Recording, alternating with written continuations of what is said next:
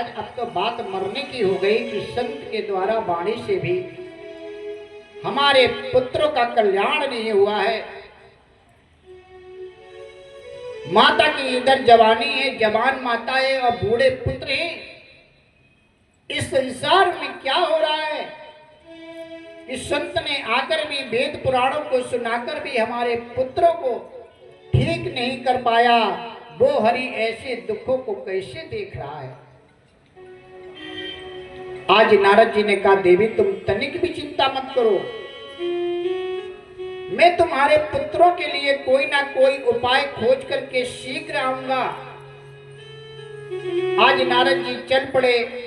भक्ति यहाँ पर इंतजार कर रही है कि नारद आएंगे और एक संत के द्वारा हमारा दुख दूर होगा। नारद जी आज गए जंगलों में, सभी संतों से पूछते हैं कि हे प्रभु हमें ये बताएं, ये सत्य कर्म क्या है?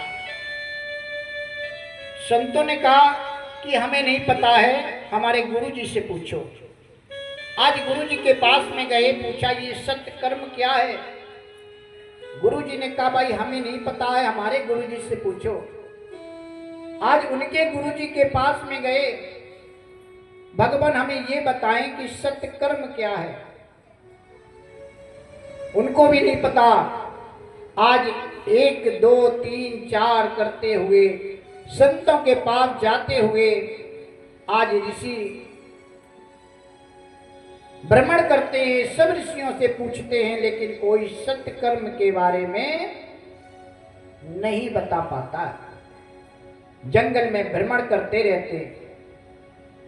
आज 5-5 वर्ष के बालकों को देखते हैं, अरे ये तो ऋषियों के भी ऋषि हैं, संतों के भी संत हैं।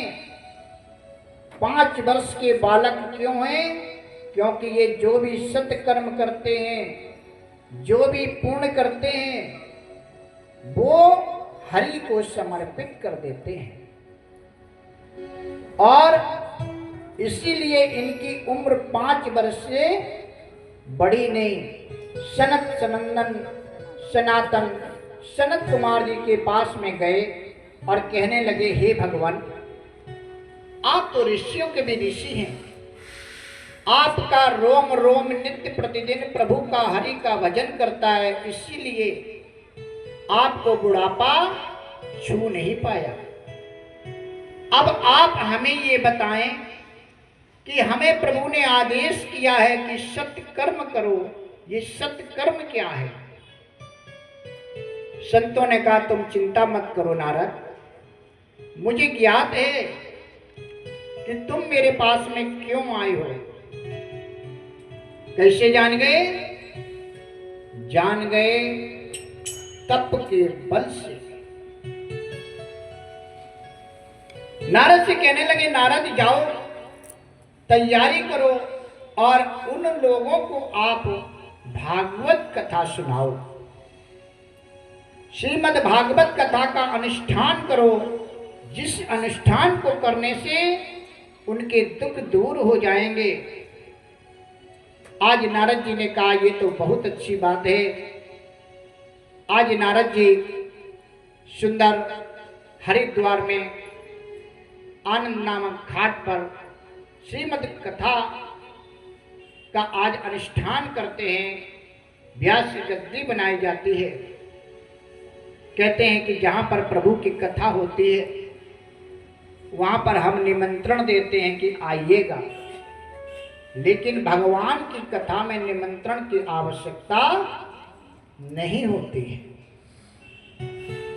जहाँ पर प्रभु की कथा होती है वहाँ पर हमें बिना बुलाए जाना चाहिए और भगवान का नाम अपने कर्ण बिंदों से सुनना चाहिए।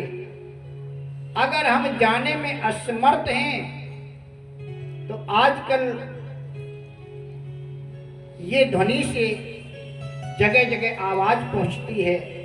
हमें समय निकाल करके अपने कर्ण बिंदों से भगवान का नाम सुनना चाहिए। आज सुंदर कथा सजाई गई और व्यास गद्दी बनाई गई।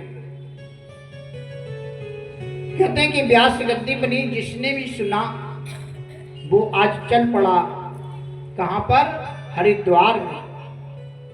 और हरिद्वार में जाकर के भगवान की कथा सुनने के लिए जा रहा। कैसे जा रहा है, सपत्नी परिवार के साथ। क्योंकि पहले हमने देखा, आज के 20 साल पहले जब हम यज्ञ भागवत कराते थे तो दूर दूर से लोग आते थे। जहां पर कथा होती थी हमने कई दूर दूर से 4-4, 5-5 कोस से लोगों को आते देखा। मूसा नगर के पास में एक पुलंदर गांव है, हमने वहां पर भागवत और यज्ञ कराया तो 10-10 कोस से लोग ट्रैक्टर भर के आया करते थे यज्ञ में सम्मिलित होने। इतना बड़ा मेला लगता था। करीब 16 या 18 साल पुरानी बात है।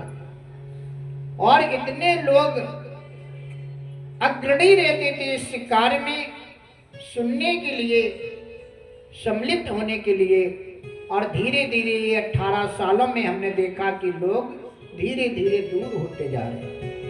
पहले यज्ञ भागवत कम होते थे, लोग ज्यादा आते थे, और आजकल यज्ञ भागवत अधिक होते हैं और लोग कम। इतना बदल गया।